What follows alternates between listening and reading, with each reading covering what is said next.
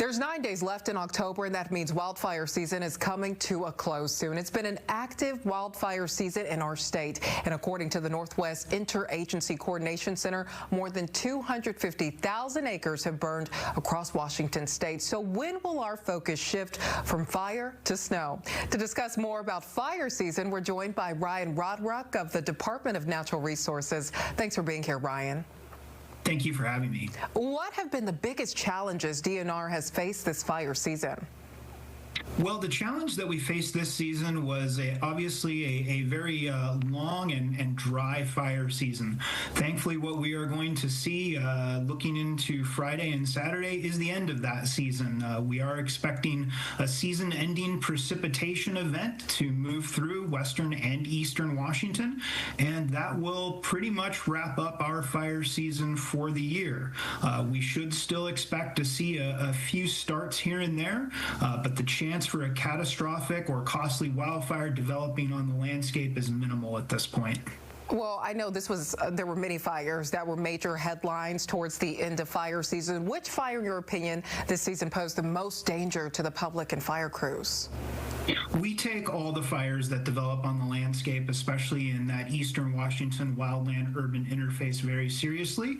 This year, we staggered our air and ground resources throughout the state to be able to have that rapid response time and prioritize what we call initial attack. That's getting on those fires right at the start as fast as we can with as many resources as we can. And this year, we were able to keep at least 90% of those fires at 10 acres or less.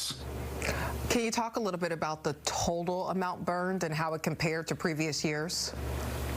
Well, we are below the 10-year average that we track wildfire on. However, at the start of the season, DNR had predicted a slightly above normal fire season, and the numbers this year will bear that out. As you mentioned, roughly 250,000 acres having burned statewide. How is DNR preparing for the next fire season?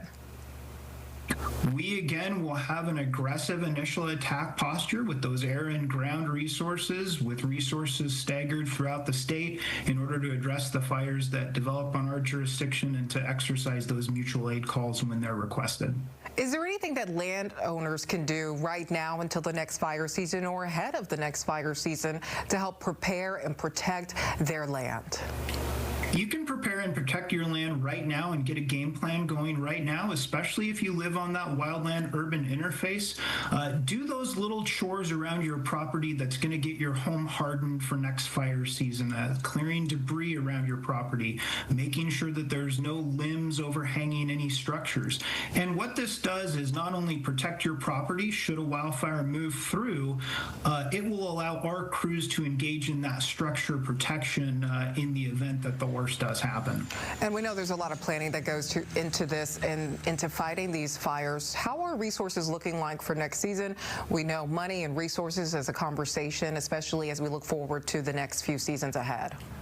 Money and resources will definitely be a conversation in the year ahead. Our Commissioner of Public Lands, Dave Upthegrove, is going to be meeting with legislators and has begun meeting with legislators to ensure that the appropriate levels of funding are available for us to engage in wildfire protection and wildfire suppression. Well, we appreciate your time. Thank you, Ryan Rodruck. Yeah, absolutely.